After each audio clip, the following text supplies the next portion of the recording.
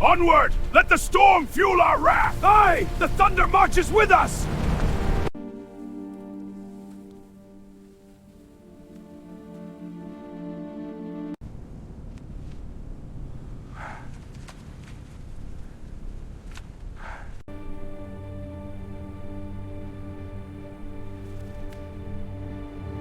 The ground remembered the war, even if the men who fought it tried to forget.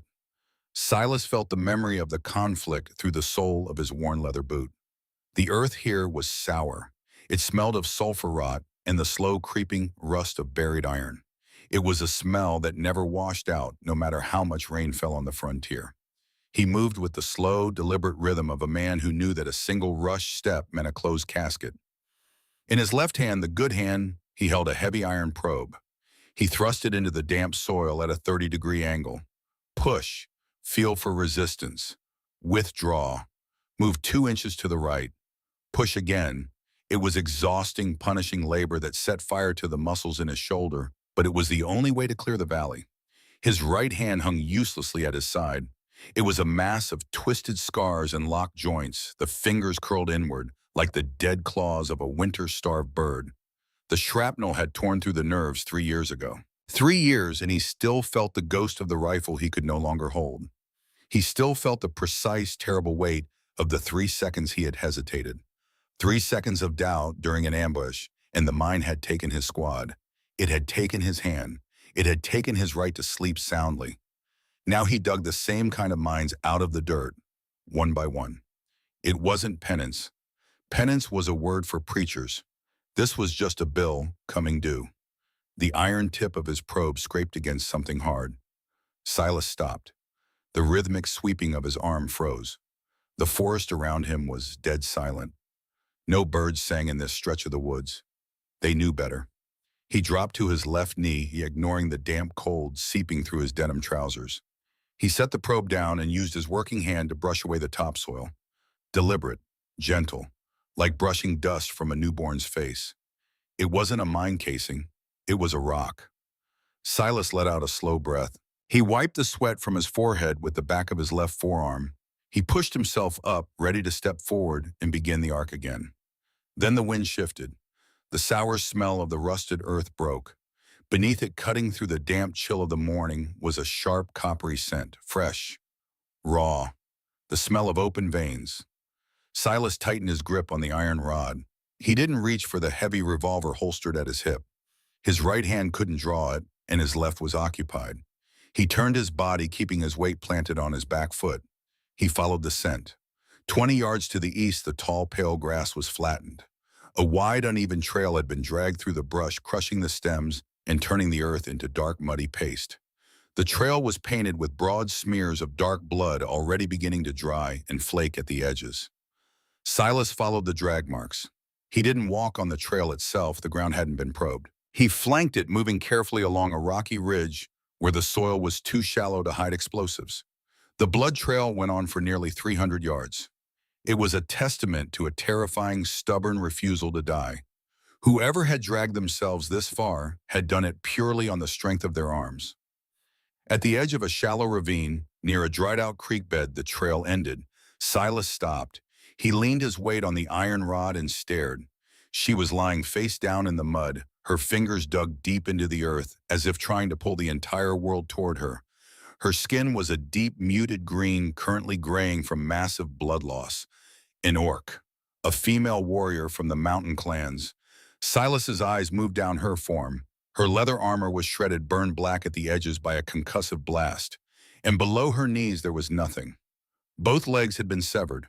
The cuts were clean, brutally efficient. The remaining stumps were tightly bound in heavy dark hide strips, sealed with a thick coat of pungent pine tar. The work of a field medic. Someone had found her after the blast. Someone had amputated her ruined legs, stopped the bleeding, and then walked away. They had left her in the middle of a minefield. A small leather skin of water and a rusted hunting knife lay in the dirt about 3 feet from her outstretched hand. A courtesy, a way to choose the hour, if not the method. Silas didn't move. He knew the politics. He knew the history. The humans and the orc clans had bled each other dry for a decade over this territory. A ceasefire had been signed on a piece of paper miles away, but paper didn't stop bullets, and it certainly didn't disarm buried explosives. To his old commanders, the creature bleeding out in the mud was a monster, an enemy, a tally mark. The orc woman stirred. Her shoulders shifted, the muscles pulling tight beneath her ruined armor. Slowly, with an agonizing expenditure of energy, she pushed herself up on her forearms. She turned her head and looked up at him. Silas braced himself for a plea. He waited for the begging, the desperation, the frantic thrashing of a dying animal. It never came. Her eyes were entirely black, sunken into a face cracked by dehydration and pain. But they were steady. They locked onto his face with the cold, evaluating stare of a predator assessing a threat. She didn't look at his dead right hand.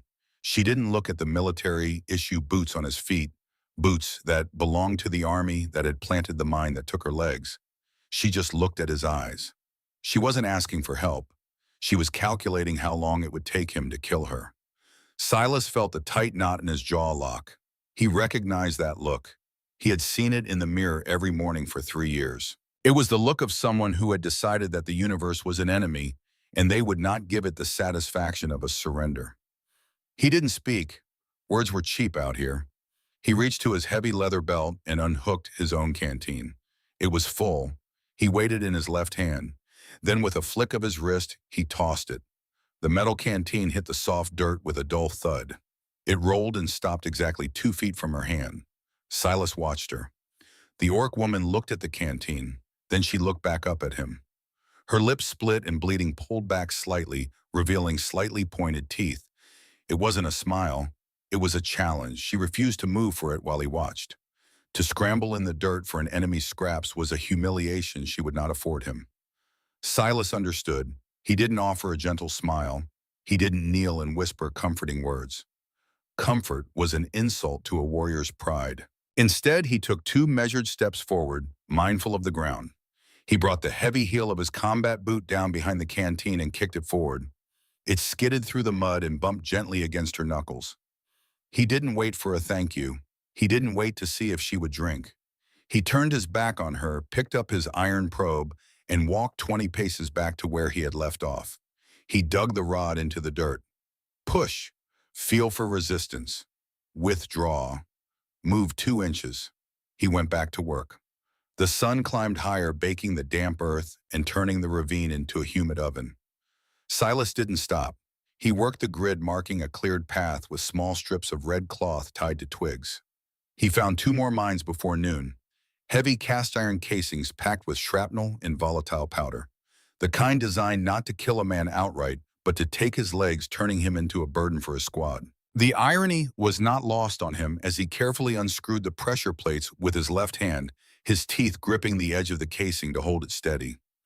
Every hour or so he glanced back at the ravine. She was still there.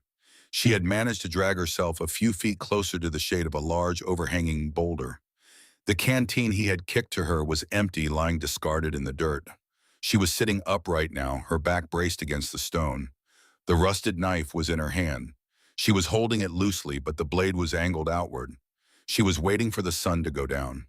She was waiting for the wolves. When the light began to fail, the temperature plummeted. The frontier didn't ease into night. It slammed into it. The wind picked up, howling through the pines, carrying the biting promise of frost. Silas packed his tools into a heavy canvas sack. He slung it over his good shoulder. His cabin was 1.5 miles away. A warm stove, a solid door, a cot. He looked toward the boulder. The darkness was swallowing the ravine. He could barely make out her silhouette against the stone. She was a motionless shadow, a ghost waiting to be collected. Silas closed his eyes. The phantom pain in his right hand flared, a sudden, blinding spike of agony that shot up his forearm and into his chest. It always happened when the cold set in. It always happened when he thought about walking away. 3 seconds of hesitation was all it took to lose everything that mattered. He opened his eyes. He didn't curse. He didn't sigh. He just shifted the weight of his tool bag and walked toward the tree line, heading toward his cabin. An hour later, he came back. The woods were pitch black, illuminated only by the harsh silver sliver of a crescent moon. Silas walked without a lantern. A light made you a target. He knew this path by heart. When he reached the clearing near the ravine, a sudden scraping sound broke the silence. Shh, he stopped. 10 yards away, beneath the boulder, the orc woman had dragged herself upright. She was propped on her thick forearms. In her right hand, she held the rusted knife. She was scraping it against a flat stone, sharpening it in the dark. She couldn't see him, but she had heard him. Silas didn't speak. He stepped into the moonlight, making his silhouette visible. The scraping stopped. The blade rose, pointing directly at his chest. Even half dead, lacking half her body weight, she projected a lethal coiled violence.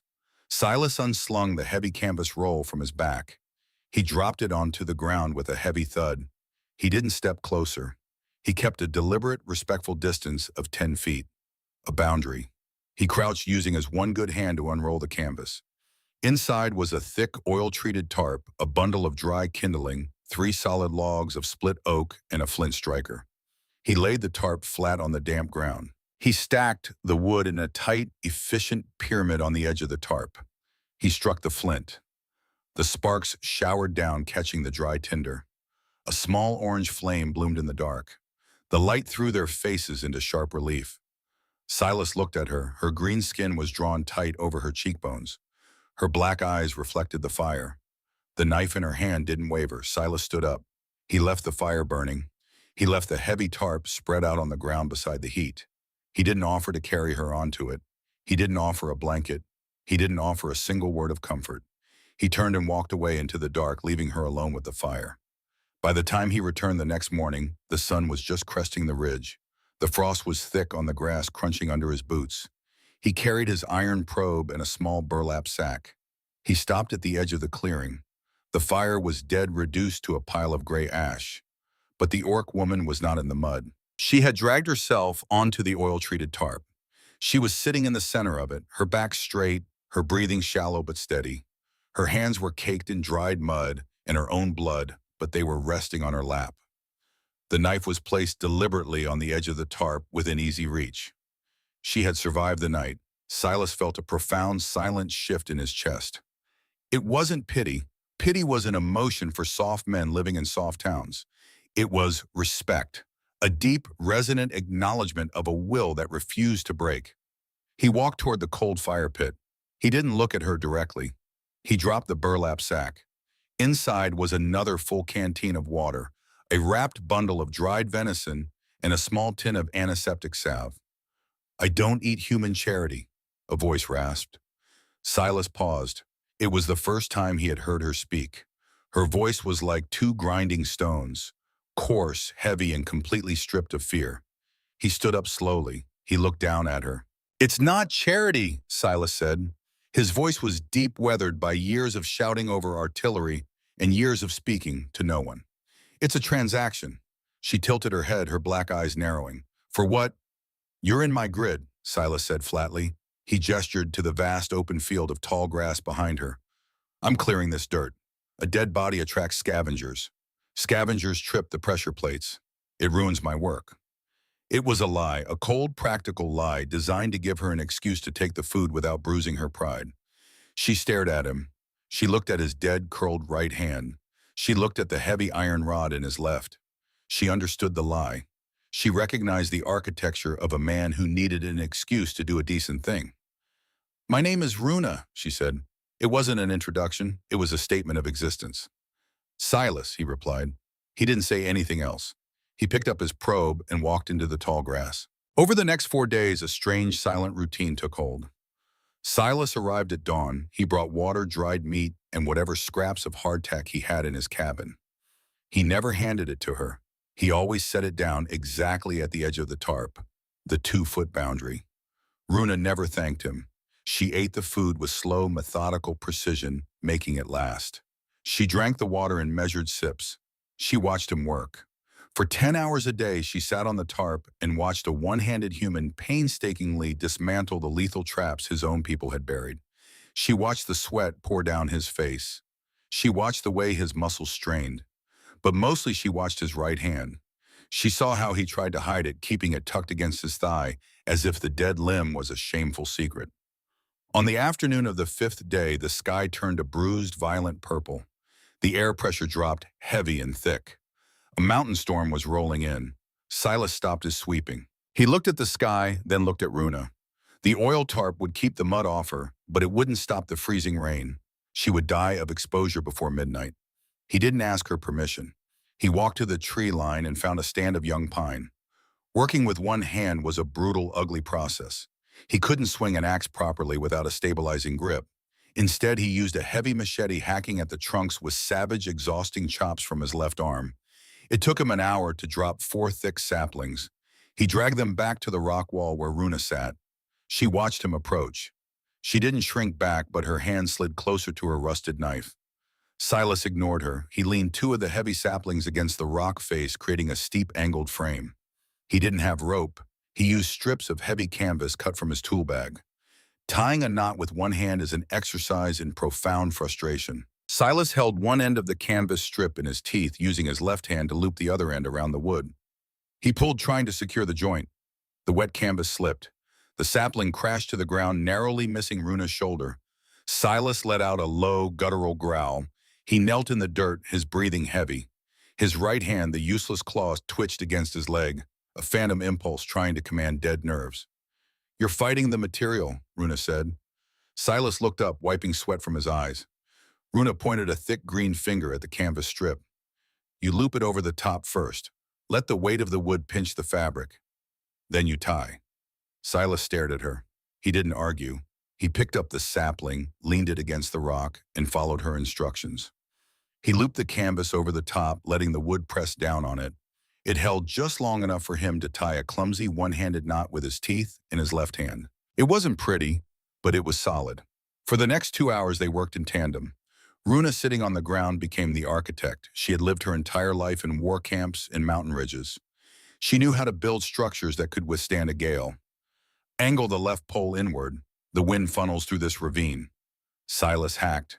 Silas dragged. Silas tied. Pack the base with the loose rocks. Don't use mud, it washes out. He hauled the stones, his left arm burning with fatigue, his chest heaving. He piled them against the base of the frame, creating a low protective wall against the coming water. Finally, he threw his large canvas tarp over the frame, securing it to the rocks with heavy stones. It was a crude, low-slung lean-to. It was cramped, dark, and smelled of pine sap and sweat. But it was completely windproof. The first heavy drops of rain began to fall just as he finished. Cold, hard strikes against the canvas. Silas stepped back. He was covered in mud, his breathing ragged. He looked at the shelter, then at Runa. "Get in," he said. Runa looked at the dark opening of the lean-to. Then she looked at Silas. "Are you going back to your wooden walls?" "Yes." "Then I stay out here." Silas closed his eyes. The sheer, terrifying stubbornness of the woman was beyond reason. "It's freezing rain, Runa. You'll drown in the mud." "I do not hide in human cages while the human sleeps warm," she stated, her voice iron hard. Silas stared at her. The rain was picking up, soaking his shirt, running down his face. He could feel the cold seeping into his joints. He looked at the shelter he had just spent 2 hours building to keep her alive. He looked at her ruined legs. He looked at the immense, unyielding pride in her dark eyes. He didn't argue. He didn't plead. Silas walked to his tool bag. He picked up his heavy iron probe. He walked to the opening of the lean-to and sat down in the mud right in the entrance, blocking the rain from blowing inside. He didn't go inside the shelter. He sat on the outside, exposed to the elements, his back to her. "What are you doing?" Runa demanded, her voice rising above the sound of the rain. "I'm resting," Silas said, staring out into the dark, rain-swept minefield. "My grid is flooded. I can't work." "Go to your house." "No. I don't need a guard." "I'm not guarding you," Silas said gruffly. "I'm guarding my tools." He pulled the collar of his coat up against the driving rain. He crossed his arms over his chest, his dead right hand tucked into his jacket for warmth. He sat there, an immovable stone blocking the storm. Behind him, inside the dry, quiet space of the lean-to, he heard the slow, agonizing sound of a body dragging itself across the dirt. He heard the rustle of the canvas as Runa pulled herself deep into the shelter out of the freezing downpour. She didn't say thank you. Silas didn't expect her to. He sat in the mud and the rain, guarding the entrance to a crude tent in the middle of a minefield, listening to the steady breathing of an enemy he was slowly keeping alive. The storm raged for 2 days. When the skies finally broke, washing the valley in a cold, harsh sunlight, the dynamic had shifted. The 2-foot boundary remained, but the silence had changed. It was no longer the heavy, hostile silence of two killers waiting for the other to strike. It was the functional, measured silence of two mechanics working on the same broken engine. Silas brought heavier wood. He didn't just bring scraps. He brought solid planks of cured oak from his own shed. He dumped them near her shelter. He dropped a handful of rusted nails and a heavy iron hammer beside them. "I can't carry you out of here," Silas said, not looking at her. "And you can't crawl through the grid. The mud is too soft now. You'll set off the tripwires." Runa looked at the wood. She looked at the hammer. "What is this?" "A platform, 4 wheels, low to the ground. You can push it with your hands." Silas pointed to the heavy wooden axles he had crudely carved. "But I can't assemble it. Not with this." He held up his right hand, the scarred, locked fingers on display in the daylight. Runa stared at his hand. She didn't look away in pity. She studied it with the clinical eye of a warrior assessing a battlefield wound. She saw the severed tendons. She saw the way the muscles had atrophied. "Give me the hammer," she said. Silas handed it to her handle first. For the next 3 hours, Silas became the hands and Runa became the grip. He held the heavy oak planks in place with his left arm, pressing his body weight against the wood to keep it steady. Runa, sitting up in her shelter, took the nails. With her thick, calloused fingers, she set the nail perfectly straight. Silas couldn't swing the hammer with his left hand while holding the wood. "I will swing," Runa said. She took the heavy iron hammer. Her arms, thick with muscle forged from a lifetime of mountain warfare, swung the tool with devastating precision. One strike. The nail drove deep into the oak. A second strike sank it flush.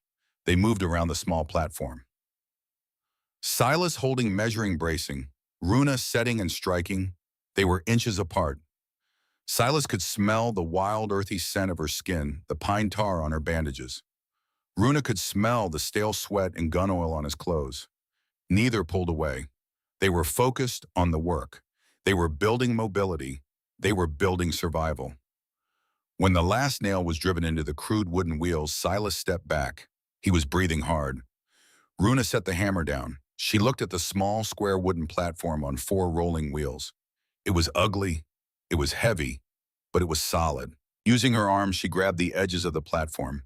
With a massive heave of her upper body, she lifted her torso and swung her hips over, dropping the stumps of her legs onto the wood. She grabbed the large wooden wheels. She pushed. The platform creaked loudly, the wood grinding against the axles. But it moved. It rolled out of the lean-to and into the sunlight. Runa pushed harder, her arms driving the wheels, steering herself across the packed dirt of the clearing.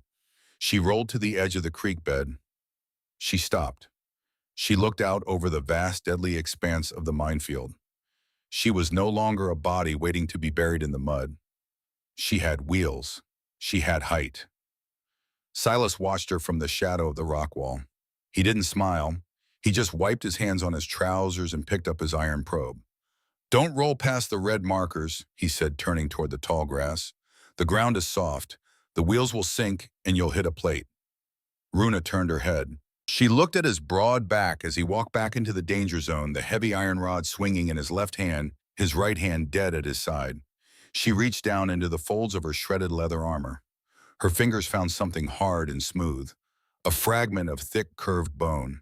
The antler of a mountain stag, shattered in the explosion that had taken her legs. She pulled it out. She held it in her palm, feeling the weight tracing the curve of the bone. She looked at Silas's back, at the way he carried his ruined right arm. She picked up her rusted knife. She placed the blade against the bone. She didn't know how long it would take. She didn't know if he would let her near him, but she began to carve, slowly, deliberately, one shaving at a time. She was a warrior of the mountains, and she understood the fundamental law of the frontier. You do not leave a broken tool in the dirt if you can forge it into something sharper. The days turned into a grind of wood iron and silent endurance. Routine settled over the valley like a heavy blanket. Every morning, Silas walked the grid. Every morning, Runa rolled her crude wooden cart to the edge of the safe zone. She watched the man with the dead hand dig up the sins of his own army. While he worked, she worked. She kept the rusted knife sharp. She kept her back to the rock wall. And beneath the folds of her leather tunic, hidden from his line of sight, she scraped the blade against the shard of stag bone. Shaving by shaving, she was measuring him from afar, the width of his palm, the angle of his locked joints, the exact circumference of his ruined wrist. She didn't ask for his measurements. A warrior didn't ask. A warrior observed. By the end of the second week, the pine tar on her bandages began to crack. The heavy hide strips binding her stumps were fraying, loosened by the constant friction against the wooden cart. Infection out here didn't announce itself. It crept in through the dirt and took a limb, then a life in a matter of days. Silas noticed it before she said a word. He came to the clearing at dusk, carrying a heavy canvas pouch. He set it down on the 2-foot boundary. Inside was a roll of clean boiled linen and a small clay jar of yarrow salve he had crushed himself. "They need changing," Silas said. He didn't look at her legs. He looked at the tree line. Runa stared at the pouch. Her own hands were strong, but rewrapping the heavy stumps required leverage she didn't have sitting on the cart. It required someone to hold the tension while the other pulled the knot. She looked at him. "I cannot pull the leverage alone." It was an admission of weakness. It cost her something to say it. Silas heard the cost in the rough gravel of her voice. He stepped over the 2-foot line. He dropped to one knee in the mud beside her cart. He didn't ask. He just reached out with his left hand and took the edge of the frayed hide. He pulled the old bandages away. The skin underneath was raw, angry red at the edges, but clean. She had fought off the rot with pure, stubborn vitality. Silas opened the jar of salve with his teeth. He smeared the thick, bitter-smelling paste over the healed incisions using his left thumb. Then he unrolled the clean linen. "Lift," he grunted. Runa braced her hands on the wooden cart and lifted her weight. Silas looped the linen under her thigh. He pulled it tight with his left hand. But to secure the wrap, to pull the tension necessary to stop the swelling, he needed his right. He brought his dead, curled hand up. He tried to press the side of his stiff wrist against the bandage to hold it in place while he looped the linen again. The slick salve made the fabric slippery. His rigid, scarred knuckles couldn't find purchase. He bit down on his own lip. He pressed harder, his shoulder trembling with the effort of forcing a dead limb to work. The linen slipped. Silas cursed a low, vicious sound in the back of his throat. He leaned forward, trying to catch the loose bandage with his teeth. As he shifted his weight, his boots slid in the slick mud. He went down hard. He hit the dirt shoulder first, dropping the roll of linen into a puddle of brown muck. He lay there for a second, the cold mud soaking through his shirt. He looked at his twisted right hand covered in dirt. "My fingers are more useless than rusted scrap," Silas muttered to the ground. Above him, there was a sound. It started as a sharp intake of breath, then a low, vibrating hum deep in a heavy chest. Silas rolled over, wiping the mud from his face with his good arm. Runa was looking down at him. Her broad green shoulders were shaking. Her lips were pressed tightly together, but a sound was escaping anyway. It was a dry, rasping noise, like two pieces of old sandpaper rubbing together, like an engine trying to turn over without oil. She was laughing. She leaned down, her thick arms snatching the clean end of the linen from the mud. "You fight the fabric," she rasped, the ghost of a grin cracking the dried mud on her face. "You fight the wood. You fight the dirt. Is there anything you humans do not try to beat into submission?" Silas sat up. He looked at her. He looked at the mud on his own chest. A slow, reluctant breath pushed its way out of his lungs. The corner of his mouth twitched. It wasn't a full smile. A full smile would have broken his face, but a low, rumbling chuckle vibrated in his chest. "Only the things that fight back," he said. Runa's dark eyes gleamed. She took the linen. With a brutal, practiced efficiency, she used her teeth to hold one end, her right hand to pull the tension, and her left to secure the knot. She tied it in 3 seconds. A perfect, blood-stopping, battlefield knot. The tension in the clearing evaporated. The thick, suffocating wall of pride and suspicion shattered, replaced by the quiet, unspoken camaraderie of two veterans realizing they were both permanently broken. The laugh changed the air. They didn't speak of it again, but Silas didn't leave the food at the 2-foot line the next morning. He handed it to her. 3 days later, the mountain decided to test them. The temperature plummeted 20 degrees in an hour. The sky didn't just darken, it turned a sickly, bruised black. The wind came howling down the Appalachian slopes, carrying a bitter driving sleet that cut like ground glass. Silas was inside his cabin when the storm hit. He was feeding thick logs of oak into the cast iron stove, trying to drive the damp chill out of his bones. Then he felt it. It started as an itch in his missing fingers, the ones that had been buried in a pine box 3 years ago. The itch turned into a spark. The spark turned into a roaring invisible fire. The phantom pain. Silas dropped the iron poker. He gripped his right forearm with his left hand, squeezing the muscle until his own knuckles turned white. His jaw locked. It felt like his hand was being held inside a blast furnace. The severed nerves were misfiring, sending panic signals to a brain that couldn't process the loss. He leaned against the wooden wall, riding the wave of agony, breathing through his nose in sharp, hissing gasps. If it was hitting him this hard, he knew what was happening in the valley. Through the howling of the wind cutting through the sound of ice lashing against the window panes, he heard it. A scream, not a scream of fear.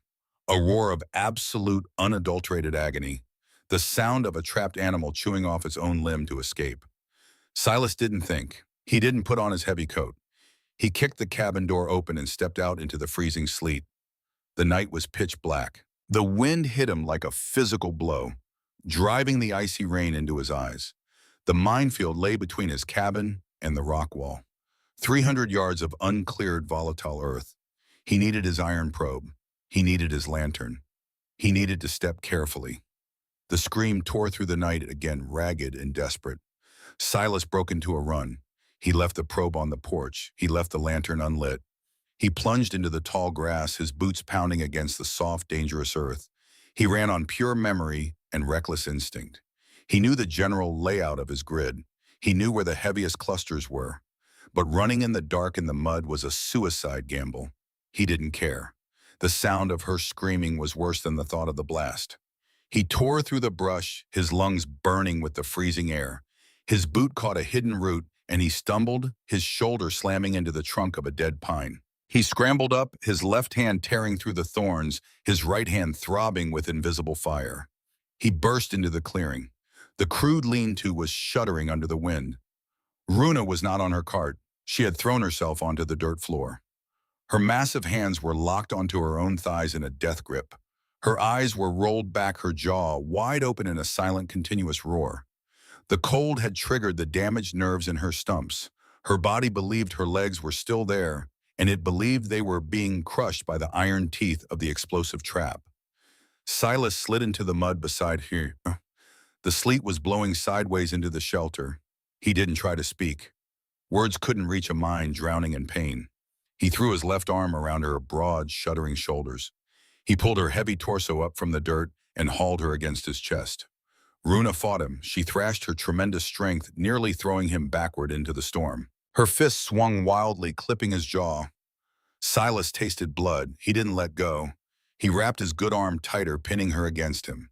He took his right arm, the ruined, twisted hand that he couldn't control, and pressed the forearm hard against her back, using his body weight to lock her down. "They're burning," she choked out, her voice a ragged sob. "They're burning in the dirt." "I know," Silas growled, his mouth right next to her ear, fighting to be heard over the wind. "I know." She gripped his jacket. Her thick fingers dug through the heavy canvas, piercing his skin. "Make it stop. Cut them off again." "They're gone, Runa. The legs are gone." Silas tightened his grip. "You are here. You are above the ground. Feel the wood. Feel the rain." She writhed her head, snapping back against his collarbone. The phantom fire was consuming her. Silas shifted his weight. He took his dead right hand and jammed the twisted, scarred knuckles directly against her neck, right where her pulse hammered against her skin. "Feel this?" he ordered, his voice cracking with his own pain. Runa gasped. The hard, unnatural pressure of his locked joints shocked her nervous system. "My hand is burning too," Silas said, his chest heaving against hers. "Every finger. Right now. It feels like it's holding a red-hot coal, but it's not real. It's a ghost, Runa. It's a ghost trying to kill you." She stopped thrashing. Her breathing came in rapid, shallow bursts. Her dark eyes, wild and unfocused, locked onto his face in the dim light. She felt the heavy, erratic thud of his heart against her ribs. She felt the rigid, dead knuckles pressing into her neck. "Look at me," Silas commanded. She looked. 3 seconds, Silas said, staring into her eyes. The wind tore at the canvas above them. "I was on point, a ravine just like this one. I saw the tripwire in the grass. I had my rifle up. My squad was right behind me. I just had to raise my left hand to signal the halt." He swallowed hard, the memory choking the air from his lungs. I hesitated. For 3 seconds, I looked at the wire, and my brain went blank. Just 3 seconds of doubt. My corporal took a step. He hit the plate. Silas's voice dropped to a hoarse whisper. The blast took my hand. The shrapnel took my squad. 5 men, gone, because I couldn't move my hand fast enough. Runa stared at him. The phantom pain in her legs was still there, but the sheer crushing weight of the human's guilt anchored her. It gave her something heavier to hold on to. "The ghost doesn't get to win tonight," Silas said fiercely, his chin resting against her forehead. "Not mine. Not yours. You stay here. With me." Runa's grip on his jacket slowly loosened. The manic terror in her eyes receded, replaced by bone-deep exhaustion. She didn't pull away from him. She let her heavy head rest against his shoulder. They sat in the mud for hours. The storm raged outside, battering the Appalachian pines. Inside the lean-to, the Kuban with the dead hand and the orc warrior with the missing legs leaned against each other, using the warmth of their bodies to hold back the ghosts of the war. By dawn, the storm had broken. The sky was a pale, washed-out gray. The air was dead calm. Silas was still sitting in the dirt, his back against the rock wall. Runa was asleep, her head pillowed on his left thigh. His right arm was numb from being pinned awkwardly between them. He didn't move. He just watched the morning mist roll over the minefield. A sharp snap of a twig broke the silence. Silas's eyes darted toward the tree line. His left hand slowly reached for the heavy revolver at his hip. A figure stepped out of the morning fog. It was an orc, taller than Runa Leaner, wearing robes of dyed gray wool instead of leather armor. She moved with an eerie, silent grace, stepping perfectly in the tracks Silas had left in the mud the night before. She carried a heavy leather satchel slung across her chest. She stopped at the edge of the clearing. She looked at the wooden cart. She looked at the crude lean-to. She looked at Silas, sitting in the mud with Runa asleep on his lap. "You did not trip the wire in the dark, human," the orc woman said. Her voice was smooth, cultured, and carried the quiet authority of a commander. "You are either very skilled or very foolish." "Both," Silas said quietly, not taking his hand off his gun. "Who are you?" "My name is Morwen," she said, her eyes dropping to Runa's sleeping face. "I am the healer who bound her wounds. I am the one who cut away her legs." Silas felt the muscles in his jaw tighten. He looked at the orc who had left a bleeding woman in a minefield. He didn't draw his gun, but his thumb rested heavily on the hammer. Runa shifted. The sound of Morwen's voice cut through her exhaustion. Her dark eyes snapped open. She sat up quickly, her arms pushing her off Silas's lap. She looked at the edge of the clearing. Her spine went rigid. "Morwen." "Runa," the healer replied, bowing her head slightly. It was a gesture of respect that Silas hadn't seen between enemies out here. "You came back to check your work," Runa asked, her voice dripping with venom. She reached for the rusted knife beside her cart. "I came to see if you survived the winter freeze," Morwen said, stepping closer. "And to see if the human honored the silent truce of the grid. He honored nothing. He is clearing his own metal from the dirt." Morwen looked at Silas. She looked at his dead right hand. She saw the heavy iron probe leaning against the porch of the cabin in the distance. She understood immediately. "A penance," Morwen noted softly. "A job," Silas corrected. Morwen turned her attention back to Runa. "The clan has moved north. The elders believe you perished in the blast." "They believe what they arranged," Runa spat. She pulled herself up onto her wooden cart, sitting tall, her chin raised. "They left me in the iron field. They left the water out of reach. It was an execution without the courage of a blade." Silas watched the exchange. He kept his mouth shut. This was clan business. But he watched Morwen's face. The healer didn't look guilty. She looked burdened. "It was not about your legs, Runa," Morwen said quietly. "A warrior without legs can still command from a saddle. A warrior without legs can still inherit the chieftain's mantle. Silas frowned. Inherit Runa's hands gripped the wooden wheels of her cart so hard the knuckles turned pale green. They left you because of the scent. Morwen continued, her voice devoid of cruelty, delivering only tactical facts. The elders smelled the barrenness on you. A chieftain who cannot bear children is a dead end for the bloodline. When the Iron Mine took your legs, your uncle saw the opportunity. He convinced the council you were cursed by the earth itself. That to carry you out was to carry the curse to the new hunting grounds. Silas felt a cold shock register in his chest. He looked at Runa. She wasn't just a discarded soldier. She was royalty, a princess of the mountain clans. And her own family had used a tragic injury as a political excuse to throw her away simply because they believed she couldn't breed an heir. They told the warriors to march, Morwen said, her eyes glistening slightly in the morning mist. I defied the march long enough to cut away the ruined flesh and seal the veins. I left you the water. It was all I could carry without being executed for treason myself. You should have left me to bleed, Runa said, her voice hollow, staring at the mud. No, Morwen said firmly. I preserve the bloodline, even if the elders are too blind to see it. The healer reached into her robe. She pulled out a small, heavily wrapped bundle and tossed it into the mud near the cart. Dried herbs, for the phantom fire in the nerves. Boil it with pine needles. It will dull the memory of the limbs. Morwen looked at Silas one last time. She is not a stray dog human. She is the daughter of the High Ridge. Treat her with the honor your own kind lacks.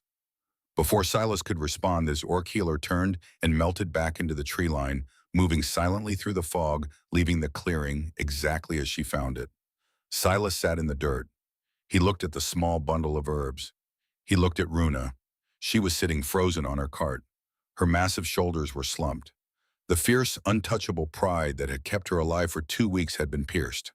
The reality of her exile, not just abandoned, but betrayed by her own blood for something she couldn't control, was a heavier blow than the explosive that took her legs. She slowly turned her head. She looked at Silas, expecting to see pity. She expected him to look at her differently now that he knew she was a deposed barren princess of a savage clan. Silas met her gaze. He didn't offer a soft look. He didn't offer platitudes about family or destiny. He placed his hands on his knees and pushed himself up from the mud. His joints popped in the cold morning air. He dusted the wet dirt off his denim trousers with his good hand. He walked over to the wooden cart. He picked up the heavy iron hammer that lay in the dirt. He tossed it onto her lap. The front left wheel is sticking, Silas said, his voice completely flat, completely normal. The axle pin needs to be driven deeper. Runa stared at the hammer in her lap. I can't hold the pin and swing. Silas continued, turning his back to her and walking toward his cabin to retrieve his iron probe. Fix it, then boil the water for the herbs. I've got a grid to clear. Runa looked at his broad back as he walked away. He hadn't cared about her title. He hadn't cared about her curse. He only cared that her wheels were working and that she stayed alive. A slow, deep breath filled her chest. The crushing weight of the betrayal didn't vanish, but it shifted. It became something she could carry. She picked up the hammer. She reached into her tunic and pulled out the piece of stag bone. She went back to carving. The frontier rarely announced its violence. It usually came quietly, slipping through the pines like a starving wolf. But 4 months later, the violence announced itself with the heavy rhythmic thud of iron-shod hooves against the packed dirt of the ridge road. Silas was at the edge of the tree line. He had just pulled the casing of a jagged anti-personnel mine from the mud, his left arm shaking from the exertion. He stopped. He didn't drop the rusted explosive. He held it against his thigh and turned his head, his ear tilted toward the wind. 4 horses, moving at a steady, disciplined trot. It wasn't a trader's wagon. Traders drove slow, their wagons groaning under the weight of pelts and salted meat. It wasn't a drifter. Drifters kept to the shadows, avoiding the open roads. This was cavalry spacing. 2 abreast, 20 yards between the front pair and the rear guard, a military patrol. Silas looked back toward the cabin.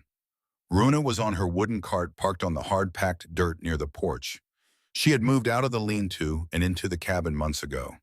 The small, crude wheels of her cart had carved deep, familiar tracks across the threshold of his front door, marking a life shared inside. She was sitting in the morning sun, her lap covered by a heavy wool blanket. Her hands were working beneath it, out of sight. She heard the horses, too. Her broad green shoulders went completely still. Her chin lifted. She didn't scramble to hide. She didn't push the wheels of her cart toward the safety of the cabin's thick oak door. A princess of the high ridge did not retreat from the sound of hooves. Silas dropped the diffused mine into his canvas sack. He left the sack in the grass. He walked back to the cabin, his strides long and deliberate. He bypassed his heavy rifle resting inside the doorway. A rifle meant a siege. A siege against 4 trained riders ended with a burned cabin in 2 shallow graves. Instead, he walked to the chopping block near the porch. He reached down with his good left hand and picked up his blacksmith's hammer. It was a 4-pound block of solid blackened steel on a thick hickory handle, a tool for shaping hot iron, a tool that didn't run out of bullets. He stepped into the center of the yard, placing himself exactly between the road and the woman on the wooden cart. He planted his boots shoulder-width apart. He let his dead right hand hang uselessly at his side. He rested the heavy hammer against his left thigh. He waited. The riders crested the ridge. They wore the tattered, faded blue coats of the border militia. The brass buttons were tarnished, the wool patched with civilian leather, but the men wearing them still sat in their saddles with the arrogant, rigid spines of regular army. At the front rode a man Silas had spent 3 years trying to forget, Captain Garrick. His face was a map of old knife scars and sun-baked leather. He had the cold, dead eyes of a man who looked at the world and saw only assets and obstacles.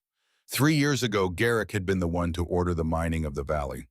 He was the architect of the explosive grid that had taken Silas's hand, his squad, and his soul. Now Garrick was a mercenary running a private security racket for the frightened settlements down the mountain. Garrick pulled back on the reins. His massive roan stallion snorted, tossing its heavy head. The 3 riders behind him fanned out their hands, resting casually on the grips of their holstered revolvers. The yard fell dead silent. The wind stopped moving through the pines. Garrick looked at the small, sturdy cabin. He looked at the cleared grid of the minefield stretching out behind it. He looked at the heavy blacksmith hammer in Silas's left hand. Then his cold eyes shifted to the porch. He saw the wooden cart. He saw the broad, green-skinned woman sitting on it. Garrick's jaw tightened. A slow, ugly smirk crawled across his face. "Silas," Garrick said. His voice was a rasping bark loud enough to echo off the rock face. "I heard a rumor from a passing scout. I didn't believe it. I thought my best engineer didn't lose his mind in the blast. I thought you were up here doing penance." Silas didn't blink. "State your business, Garrick. You're off your patrol route." "Border security is my business," Garrick replied, leaning forward in the saddle. The leather creaked loudly in the quiet yard. "And right now I'm looking at a hostile asset sitting on your front porch." "She's not a hostile asset. She's a cripple," Silas said flatly. "And she's on my land. The treaty says all Orc combatants retreat past the northern ridge." Garrick stated, his voice dropping its mock-friendly tone. "Any found south of the river are considered saboteurs. Spies. They are to be executed on sight. The war is over, Captain." "The war is never over for them," Garrick spat, pointing a thick finger at Runa. "Look at it. It's a mountain savage. It doesn't farm. It doesn't build. It just kills." Silas tightened his grip on the hickory handle. The muscles in his thick left forearm coiled like steel wire. "She hasn't killed anything but a few rabbits since she got here. She's missing half her body, Garrick. What threat is she to you?" "Oh." Garrick's eyes darkened. He knew exactly who Runa was. Morwen's whispers had reached the human settlements. The exiled princess. The barren heir. If Garrick brought her head back to the human governors, the bounty would buy him a mansion in the capital. And more importantly, if he killed her, he buried the evidence. He buried the fact that his illegal mines laid long after the ceasefire was drafted were still tearing people apart. "She's a loose end," Garrick said coldly. He didn't bother hiding his true motive anymore. "And you are standing in the way of a military operation. Step aside, Silas. We'll make it quick. We'll even drag the carcass into the woods for you." Behind Garrick, the 3 militiamen drew their revolvers. The metallic click of 3 hammers pulling back sounded like breaking glass in the crisp morning air. Silas didn't flinch. He took 1 step forward. He raised the heavy blacksmith hammer. He didn't point it at Garrick. He held it across his chest, a solid bar of wood and iron separating the riders from the porch. No, Silas said. The word was quiet, but it carried the absolute immovable weight of a mountain. Garrick stared at him. You're drawing a weapon on your own commanding officer, over a piece of green meat. You haven't been my commander for 3 years. Silas rumbled, his voice vibrating with a dark, terrible anger. You're a scavenger, Garrick. You buried iron in the dirt and ran away when the ink dried on the treaty. You let men like me and women like her pay your tab. She is an orc, Garrick roared, losing his composure. His horse sidestepped nervously. Her kind slaughtered our boys at the river crossing. She is a monster. A sound cut through the tension, the squeak of wooden wheels. Silas didn't turn around, but he felt her move. Runa pushed her cart forward, rolling off the wooden planks of the porch and onto the hard dirt of the yard. She stopped exactly 2 feet behind Silas. She reached down and grabbed the thick wool blanket covering her lap. With a violent sweeping motion, she threw the blanket aside. The morning sun hit her scars. The hide bandages had been removed.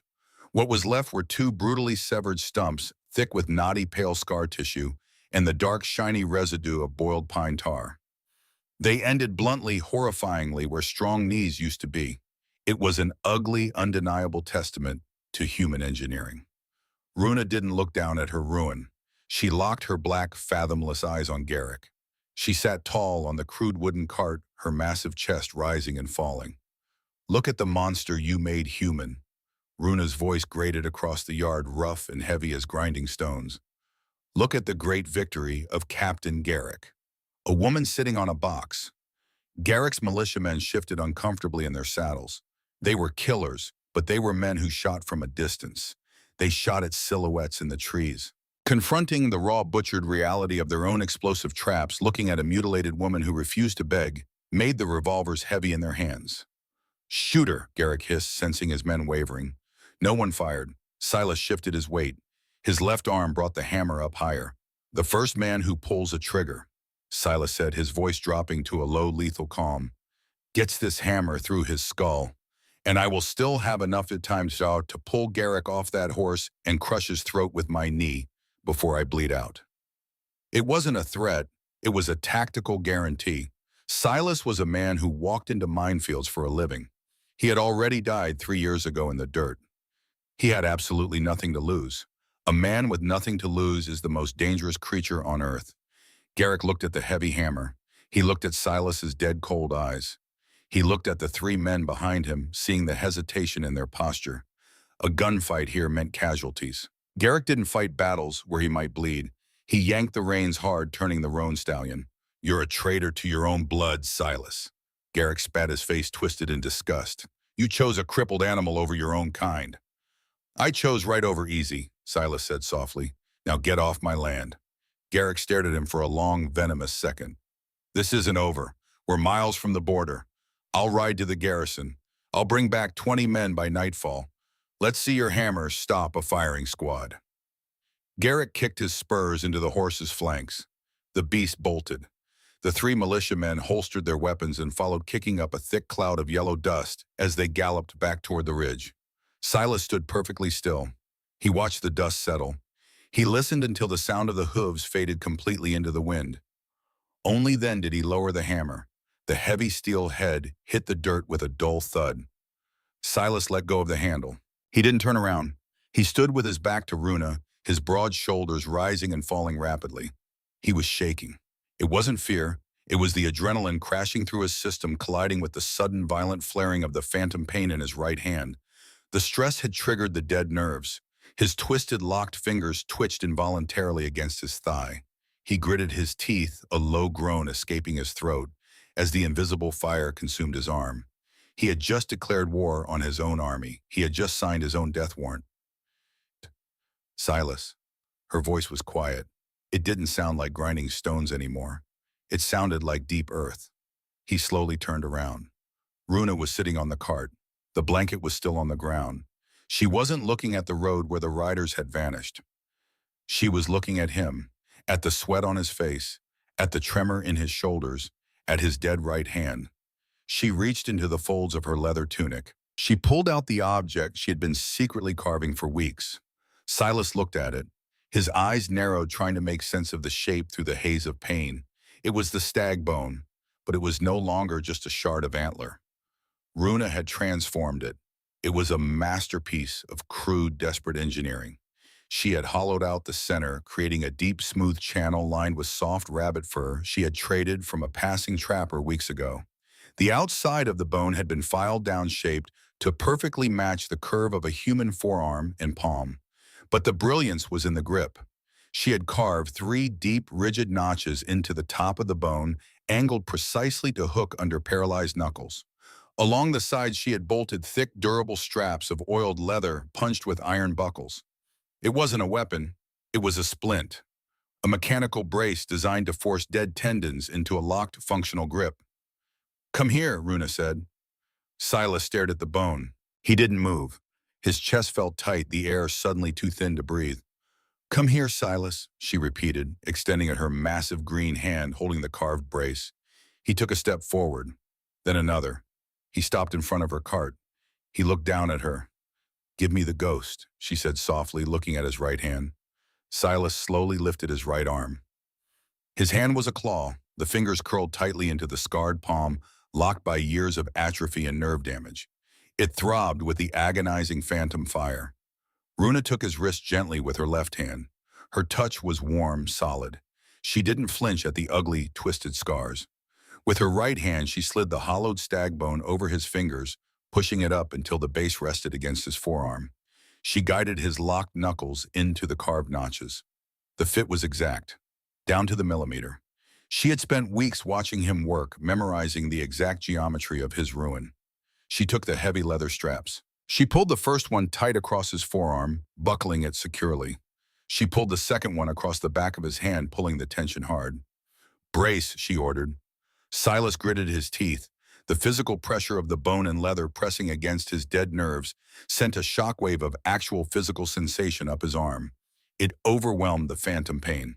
The ghost fire vanished, replaced by the heavy grounding reality of the brace. Runa pulled the final strap. The thick leather looped over his curled fingers. She yanked it downward with her tremendous strength, using the bone notches as a fulcrum. Silas gasped. His dead fingers moved. The tension of the leather strap, anchored by the rigid bone splint, forced his curled fingers downward, opening the claw into a wide, stiff C shape. The bone held the fingers in place. He couldn't wiggle them. He couldn't feel the tips. But the hand was open. It was a functional hook. A grip. Runa tied off the strap. She let go of his arm. "Squeeze," she said, looking up at him, her black eyes shining in the sunlight. Silas looked at his right hand. It was encased in white bone and dark leather. It looked barbaric. It looked beautiful. He engaged his forearm muscles, the ones that still worked. The tendons pulled against the bone brace. The rigid fingers clamped down. It worked. The grip was locked. The bone took the pressure that his joints could no longer hold. He didn't reach for the hammer. He didn't reach for a tool. Silas dropped to his knees in the dirt. He reached out with his right hand, the braced, bone-clad hand, and grasped Runa's left hand. His stiff, braced fingers closed around her thick green palm. The grip was strong. It was solid. For the first time in 3 years, Silas held another living being with his right hand. He didn't say a word. The language of men had no vocabulary for what was happening in his chest. A massive, suffocating weight that he had carried since the ambush shattered, falling away like rusted iron. He looked into her eyes. He didn't see an orc. He didn't see a cripple. He didn't see an exile. He saw the woman who had just given him his life back. Runa's hand gripped his in return, her thick fingers wrapping around the bone brace. Her face, hardened by a lifetime of betrayal and war, softened. The fierce, untouchable princess of the mountain clans leaned forward. She pressed her forehead against his shoulder. Silas wrapped his left arm around her back, holding her tight against him. They knelt in the dirt of the yard, surrounded by the ghosts of the minefield, two halves of a broken world, finding a way to fit together. But the frontier didn't allow for long celebrations. Silas pulled back. The reality of Garrick's threat crashed over him. 20 men, Silas said, his voice urgent. He stood up, pulling her up slightly with his newly functioning right grip. "By nightfall, we have maybe 6 hours." Runa nodded, her face instantly returning to the mask of a warrior. They will burn the cabin. They will sweep the woods. We can't fight 20 rifles, not out in the open. Silas looked at the heavy wooden wagon parked near the shed. It was large enough. We pack. Food tools the forge bellows. We take the wagon and we head west, deep into the neutral zone, over the pass where the militia won't follow.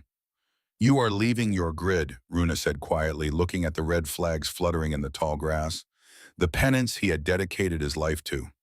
The grid is done, Silas said, looking at her. I'm done digging up the past. It's time to build. They moved with frantic, silent efficiency. Silas dragged heavy sacks of flour-dried beans and salt pork from the cellar. He used both hands. The left carried the weight, the right locked in the bone brace gripped the canvas straps securely. The joy of simply carrying a bag with two hands brought a fierce, wild energy to his movements. Runa rolled her cart into the cabin. She packed the blankets. She packed the medical supplies. She took down his heavy winter coats. By mid-afternoon, the wagon was loaded. The heavy draft horse was hitched to the front. Silas stood in the center of the empty cabin. It was stripped bare. Just the cast-iron stove and the rough-hewn table remained. He felt a pang of sorrow for the quiet walls, but it was fleeting. The home wasn't the wood. The home was outside, sitting on a wooden cart. He walked out onto the porch. Runa was sitting by the wagon. She had a heavy wool cloak wrapped tightly around her broad shoulders. She was staring at the ground, her hands resting quietly on her lap. I'll lift you up onto the bench, Silas said, walking toward her. Runa didn't look up. Silas, he stopped. The tone of her voice was strange. It wasn't the hard gravel of a warrior. It was low, hesitant. What is it? He asked, his hand dropping to the revolver at his hip, scanning the tree line. Do you hear horses? No. She finally lifted her head. Her black eyes were wide, carrying a vulnerability he had never seen before. She looked at her own stomach. She rested a heavy green hand against the thick leather of her tunic. The morning sickness, she said softly. I thought it was the rot in the meat. I thought it was the phantom pain moving up my spine. Silas froze. The wind whipped through the yard, but he didn't feel the cold. My clan elders, Runa swallowed hard, her voice trembling for the first time since he had met her. They left me in the dirt because they said I was barren. They said a warrior without a cent could never carry a child. They stripped my title because I was a dead end. She looked up at Silas. A single tear, heavy and bright, broke loose and tracked through the dried mud on her cheek. They were wrong, Silas. The words hung in the air. Silas couldn't breathe. The blacksmith hammer, the minefield Garrick, the militia, it all vanished. The entire world shrank down to the space between them. A child, an orc-human child. A bridge between two species that had spent a decade slaughtering each other. A child born of a man with a dead hand and a woman with no legs. The absolute undeniable proof that the destruction of the past did not dictate the future. Silas took a slow, deep breath. He looked at his right hand encased in the bone brace she had carved for him. He looked at the woman who had refused to die in his minefield. He stepped forward. He didn't kneel this time. He bent down and slid his left arm around her back. He slid his braced right arm under her thighs. He lifted her. Runa was incredibly heavy, dense with muscle, but Silas didn't stagger. He carried her up onto the wooden bench of the wagon, setting her down gently. He wrapped the heavy wool blanket around her waist. He looked into her eyes. We ride west, Silas said, his voice thick with a ferocious, unbreakable vow. We find a valley with no iron in the dirt. We build a forge, and we raise our family. Runa nodded, her fierce smile returning, cracking through the tears. Silas climbed up onto the bench beside her. He reached for the heavy leather reins. He took the left rein with his good hand. He took the right rein with his right hand. The stag bone brace forced his locked fingers to clamp down tightly over the thick leather strap. The grip was perfect. He snapped the reins. Ha! The heavy draft horse leaned into the harness. The wagon lurched forward, the wooden wheels grinding against the dirt. They rolled out of the yard. They didn't look back at the empty cabin. They didn't look back at the minefield. They didn't wait for Garrick and his militia. They drove into the tree line, disappearing into the dense green shadows of the Appalachian frontier, leaving the Valley of Ghosts behind them forever. 4 years later, the sound of iron striking iron rang out across the high mountain pass. It was a sharp musical sound, rhythmic, steady, the heartbeat of a valley that had never seen a war.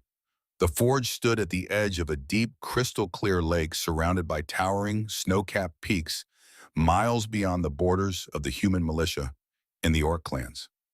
It was a massive open-air structure built of thick, raw timber and riverstone. Inside, the heat of the fire rippled the air. Silas stood at the heavy steel anvil. He was older, his hair dusted with silver, his face weathered by the harsh mountain sun. He wore a thick leather apron, his chest bare and slick with sweat. In his left hand, he held a heavy blacksmith's hammer. In his right hand, he held the long iron tongs gripping a glowing white-hot bar of steel. His right forearm was wrapped in a masterpiece of leather and bone. The original crude stag splint had been refined. It was now polished smooth, reinforced with brass rivets, and padded with cured deer hide. The brace locked his ruined fingers in an iron-tight grip around the tongs. He swung the hammer. Clang! The steel flattened. He rotated the tongs flawlessly with his braced hand. Clang! The shape of a plowshare began to form. He wasn't digging up explosives anymore. He was forging tools to break the earth. He was making life. "More air, little one," Silas called out over the roar of the fire, a wide, genuine smile breaking across his scarred face. "The steel is getting stubborn." Next to the massive brick hearth, a small figure stood on a wooden stool. The boy was 3 years old. He was broad-shouldered, incredibly strong for his age. His skin was a pale, dusty olive, a perfect blend of human pink and orc green. His hair was a shock of thick black curls. The boy giggled, a bright, chiming sound that cut through the heavy heat of the forge. He threw his entire body weight onto the wooden handle of the massive leather bellows. The bellows groaned. A blast of air shot into the coals. The fire roared, turning a brilliant, blinding yellow. "That's it," Silas laughed, striking the anvil again. "Hit it hard." Outside the open doors of the forge, sitting in the shade of a massive oak tree, Runa watched them. She was sitting in a new chair. It wasn't a crude wooden cart anymore. Silas had spent a month forging it. It had large spoked iron wheels perfectly balanced with a comfortable high-backed leather seat. She could maneuver it with a single push of her powerful arms. She wore a tunic of fine woven wool, her dark hair braided with small beads of polished steel. She looked out at the lake, then back at the forge. She watched the human man with the broken hand teach their son how to make the fire burn hotter. She watched the sweat on Silas's back. She listened to the laughter of the child the world had said she could never have. Runa leaned back in her iron chair. She rested her hand on her stomach, feeling the faint fluttering kick of the second child growing inside her. The world had tried to break them. It had taken their limbs, their homes, and their people. It had left them in the mud to die. But the world had forgotten a simple rule of the frontier. When you leave a broken tool in the dirt, someone will eventually pick it up, hold it in a braced hand, and use it to build a kingdom.